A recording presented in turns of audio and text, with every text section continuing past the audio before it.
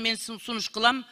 Kabmindin başçısı özü baş bolup uşul jerde teylegen tarmaktın orun basarı menen koşo katışıp teşeli sorularga жооп берсин. Жогорку кеңеш жумушун эмеле баштады, 1 ай болуп боло элек.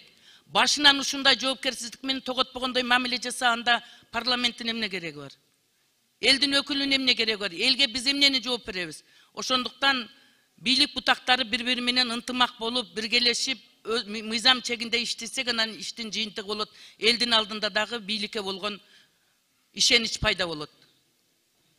Ошондуктан сиз Kabmindin başçısının özünü baş kılıp Акылбек Үсөнбекович Жапаров менен ушул айыл чарба тармагын тейлеген орун басары менен кошо келип катышсын. Күнү келип биз чакырып аткан жерибиз жок.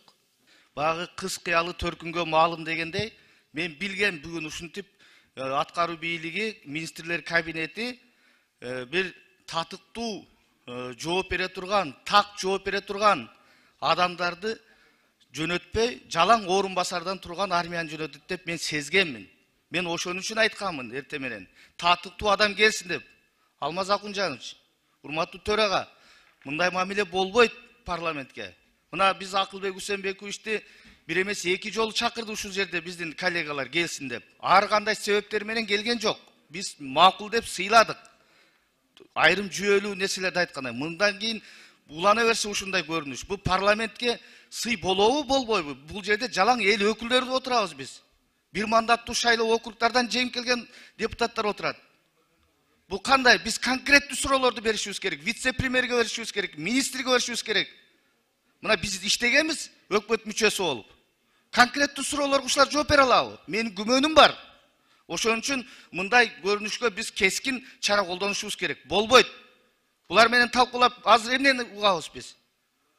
Жалпы жонунан жорголоткон сөздөрдү угабызбы, жоопторду?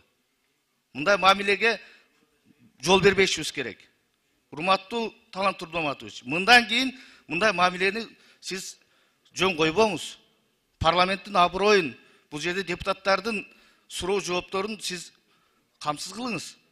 Биз экинчи жолу чакырып атабыз. Экинчи жолу Акылбек Үсөнбекович ушундай бир өзүнүн бир саясатын жүргүзүп атат да. Биз эл өкүлдөрүбүз асмандан алып маселени койбойбуз. Жердеги эле элдин көйгөйүн айтабыз. Жазгы талаа жумуштарынын даярдыгы министрден сырткары дагы кабинет министрдин төрагасы келиш керек мындайда. Жок болгон учурда биринчи орун басарыбы, вицелер тейлеген тармагы ошолор келиш керек эле.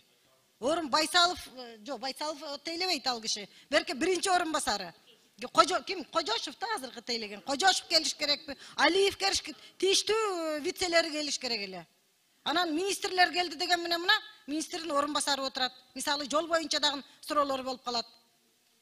Жан келген орун басары эмнени билет? Министр билет да. Министрди чакырыш керек болчу. Бул атайын жазалып аткан Акылбек Үсөнбековичтин жогорку кеңешке карата саясаты бир саботаж жасап атат да бул жердечи. Экинчи жолу келбей атат. Келсин, жооп чакырыңыздар эмне тиги Москвадан учуп келеби? Кыргызстанда эле, Бишкекте эле болсо керек. 10 мүнөттө келет, жөө келсе. Келсин.